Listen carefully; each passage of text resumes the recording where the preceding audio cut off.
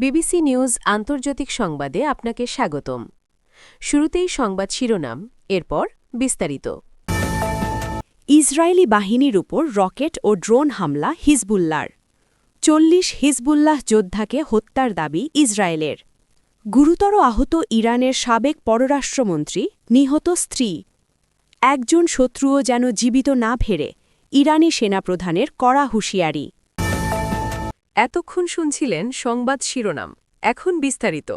আপনি যদি মুসলিমদের পাশে থাকতে চান তাহলে ভিডিওতে লাইক করে চ্যানেলটি অবশ্যই সাবস্ক্রাইব করে দেবেন। ইসরায়েলি বাহিনীর ওপর রকেট ও ড্রোন হামলা হিজবুল্লাহর। ইসরায়েলি বাহিনীর ওপর রকেট ও ড্রোন হামলার খবর জানিয়েছে লেবাননের ইরানপন্থী সশস্ত্র গোষ্ঠী হিজবুল্লাহ। বলা হয়েছে, বৃহস্পতিবার স্থানীয় সময় ভোর ৬:১০ দিকে লেবাননের মালিকিয়া ও ইয়েরুন এলাকায় হিজবুল্লাহ যোদ্ধারা রকেট হামলা চালান। আল জাজিরার খবরে বলা হয়, কাছাকাছি সময়ে লেবাননের মেনাহেম এলাকায় ইসরায়েলি বাহিনীর ওপর ড্রোন হামলা চালানোর কথাও জানিয়েছে হিজবুল্লাহ। এসব হামলার বিষয়ে ইসরায়েলি বাহিনী এখনও কিছু জানায়নি। এদিকে ইরানের সেনাপ্রধান মেজর জেনারেল আমির হাতামি স্পষ্ট জানিয়েছেন, শত্রুপক্ষ যদি ইরানের মাটিতে কোনো ধরনের গ্রাউন্ড অপারেশন বা স্থল অভিযান চালানোর দুঃসাহস দেখায় তবে একজন আক্রমণকারীকেও জীবিত ফিরতে দেওয়া হবে না। বৃহস্পতিবার ২ এপ্রিল দেশের সকল কমান্ড ও কন্ট্রোল সেন্টারের সামরিক কর্মকর্তাদের উদ্দেশ্যে দেওয়া এক অনলাইন ভাষণে তিনি এই নো কোয়ার্টার, কাউকে রেহাই না দেওয়া নীতি ঘোষণা করেন। মেজর জেনারেল হাতামি স্থল, নৌ এবং বিমান বাহিনীর কমান্ডারদের নির্দেশ দিয়েছেন যেন তারা শত্রুর প্রতিটি পদক্ষেপ প্রতি মুহূর্তে বিশ্লেষণ করেন। তিনি বলেন, ইরানি সেনাবাহিনী রক্ষণাত্মক এবং আক্রমণাত্মক উভয় ক্ষেত্রেই পূর্ণ প্রস্তুত। আমাদের লক্ষ্য দেশ থেকে যুদ্ধের কালো মেঘ সারিয়ে নাগরিকদের নিরাপত্তা নিশ্চিত করা। মার্কিন প্রেসিডেন্ট ডোনাল্ড ট্রাম্পের সাম্প্রতিক বক্তব্য, যেখানে তিনি যুদ্ধ পরবর্তী ইরানকে নতুনভাবে সাজানোর ইঙ্গিত দিয়েছেন, তার কড়া সমালোচনা করেন হাতামি। তিনি বলেন, এই ধরনের বক্তব্যই প্রমাণ করে যে মার্কিন ইসরায়েলি জোটের ৪০ হিজবুল্লাহ যোদ্ধাকে হত্যার দাবি ইসরায়েলের।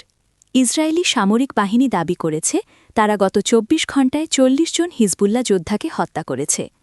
ইসরায়েলি সামরিক বাহিনী বলছে তারা গত ২৪ ঘণ্টায় লেবাননে হিজবুল্লাহর বেশ কয়েকটি সামরিক স্থাপনা, সাইট ও অবকাঠামো লক্ষ্য করে বিমান হামলা চালিয়েছে। ইসরায়েলি স্থলবাহিনী লেবাননের দক্ষিণাঞ্চলে হিজবুল্লাহ সেল শনাক্ত করে উচ্ছেদ করেছে এবং হিজবুল্লাহর অবকাঠামোতে হামলা চালিয়েছে। আর ইসরায়েলি নৌবাহিনী হিজবুল্লাহর একটি অস্ত্রের গুদামে হামলা চালিয়েছে। ইসরায়েলি সামরিক বাহিনীর দাবি, লেবাননে জল, স্থল ও আকাশপথে হামলা চালিয়ে ২৪ ঘণ্টায় ৪০ জনের বেশি হিজবুল্লাহ সদস্যকে হত্যা করা হয়েছে।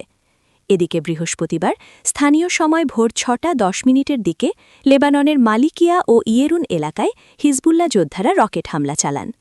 আল জাজিরার খবরে বলা হয়, কাছাকাছি সময়ে লেবাননের মেনাহেম এলাকায় ইসরায়েলি বাহিনীর ওপর ড্রোন হামলা চালানোর কথাও জানিয়েছে হিজবুল্লাহ। এসব হামলার বিষয়ে ইসরায়েলি বাহিনী এখনও কিছু জানায়নি। গুরুতর আহত ইরানের সাবেক পররাষ্ট্রমন্ত্রী, নিহত স্ত্রী ইসরায়েলের বিমান হামলায়। ইরানের সাবেক পররাষ্ট্রমন্ত্রী কামাল খারাজি গুরুতর আহত হয়েছেন বলে জানিয়েছে দেশটির বিভিন্ন গণমাধ্যম। হামলায় তার স্ত্রী নিহত হয়েছেন বলেও খবরে বলা হয়েছে। প্রতিবেদন অনুযায়ী ৮১ বছর বয়সী খারাজি বুধবারের ওই হামলায় আহত হন।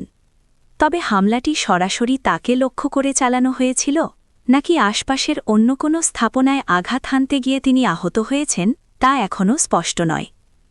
কামাল খারাজি ইরানের সংস্কারপন্থী প্রেসিডেন্ট মোহাম্মদ খাতামির সময় পররাষ্ট্রমন্ত্রী দায়িত্ব পালন করেন। পরে তিনি দেশটির সর্বোচ্চ নেতা আয়াতুল্লাহ আলী খামেনির বৈদেশিক নীতি উপদেষ্টা হিসেবেও দায়িত্ব পালন করেন। ২০২২ সালে আল জাজিরাকে দেওয়া এক সাক্ষাৎকারে খারাজি বলেছিলেন, ইরানের কাছে পারমাণবিক বোমা তৈরির প্রযুক্তিগত সক্ষমতা রয়েছে, তবে তা তৈরির কোনো রাজনৈতিক সিদ্ধান্ত নেওয়া হয়নি। তার ওই বক্তব্য আন্তর্জাতিক মহলে উদ্বেগ তৈরি করেছিল। বর্তমান সংঘাত শুরুর পর সিএনএনকে দেওয়া এক প্রতিক্রিয়ায় তিনি বলেন, কূটনীতির আর কোনো সুযোগ দেখছি না, কারণ ডোনাল্ড ট্রাম্প প্রতিশ্রুতি রক্ষা করেননি। আমরা ২ দফা আলোচনায় অংশ নেওয়ার সময়ই হামলার মুখে পড়েছি। সাম্প্রতিক এই হামলার ঘটনায় মধ্যপ্রাচ্যের চলমান উত্তেজনা আরও বেড়ে যাওয়ার আশঙ্কা দেখা দিয়েছে বলে বিশ্লেষকরা মনে করছেন।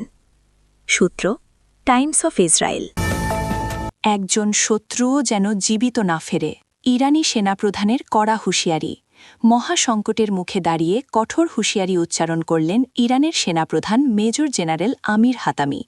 তিনি স্পষ্ট জানিয়েছেন, শত্রুপক্ষ যদি ইরানের মাটিতে কোনো ধরনের গ্রাউন্ড অপারেশন বা স্থল অভিযান চালানোর দুঃসাহস দেখায়, তবে একজন আক্রমণকারীকেও জীবিত ফিরতে দেওয়া হবে না। বৃহস্পতিবার ২ এপ্রিল দেশের সকল কমান্ড ও কন্ট্রোল সেন্টারের সামরিক কর্মকর্তাদের উদ্দেশ্যে দেওয়া এক অনলাইন ভাষণে তিনি এই নো কোয়ার্টার, কাউকে রেহাই না দেওয়া নীতি ঘোষণা করেন। মেজর জেনারেল হাতামি স্থল, নৌ এবং বিমান বাহিনীর কমান্ডারদের নির্দেশ দিয়েছেন যেন তারা শত্রুর প্রতিটি পদক্ষেপ প্রতি মুহূর্তে বিশ্লেষণ করেন। তিনি বলেন, ইরানি সেনাবাহিনীর রক্ষণাত্মক এবং আক্রমণাত্মক উভয় ক্ষেত্রেই পূর্ণ প্রস্তুত। আমাদের লক্ষ্য দেশ থেকে যুদ্ধের কালো মেঘ সরিয়ে নাগরিকদের নিরাপত্তা নিশ্চিত করা। মার্কিন প্রেসিডেন্ট ডোনাল্ড ট্রাম্পের সাম্প্রতিক বক্তব্য, যেখানে তিনি যুদ্ধ পরবর্তী ইরানকে নতুনভাবে সাজানোর ইঙ্গিত দিয়েছেন, তার কড়া সমালোচনা করেন হাতামি। তিনি বলেন, এই ধরনের বক্তব্যই প্রমাণ করে যে মার্কিন ইসরায়েলি জোটের আসল উদ্দেশ্য হল ইরানের নাম ও অস্তিত্ব মানচিত্র থেকে মুছে ফেলা। কিন্তু ইরানের জনগণ ও সেনাবাহিনী তাদের এই নীল নকশা সফল হতে দেবে না। সেনাপ্রধান হাতামি জোর দিয়ে বলেন, বর্তমান পরিস্থিতিতে সবই ইরানের জন্য এই নীতিতে অটল থেকে চূড়ান্ত বিজয় অর্জিত না হওয়া পর্যন্ত লড়াই চালিয়ে যাবে সেনাবাহিনী। তিনি সাফ জানিয়ে দিয়েছেন, ইরানিরা অনিরাপদ থাকলে শত্রুপক্ষকেও কোথাও নিরাপদ থাকতে দেওয়া হবে না। বিশেষজ্ঞরা মনে করছেন, ইরানের এই মরো অথবা মারো অবস্থান মধ্যপ্রাচ্যের পরিস্থিতিকে এক ভয়াবহ পরিণতির দিকে ঠেলে দিচ্ছে, যেখানে যে কোনো সময় শুরু হতে পারে এক রক্তক্ষয়ী স্থলযুদ্ধ। উল্লেখ্য, গত ২৮ ফেব্রুয়ারি ইরানের সর্বোচ্চ নেতা আয়াতুল্লাহ আলী খামেনিনি এবং বেশ কয়েকজন সিনিয়র সামরিক কমান্ডারকে হত্যার পর থেকেই আমেরিকা ও ইসরায়েল ইরানের ওপর ব্যাপক সামরিক অভিযান শুরু করেছে। এর জবাবে ইরানও শত শত মিসাইল ও ড্রোন দিয়ে ইসরায়েল এবং ওই অঞ্চলে অবস্থিত মার্কিন ঘাঁটিগুলোতে পাল্টা হামলা চালিয়ে আসছে।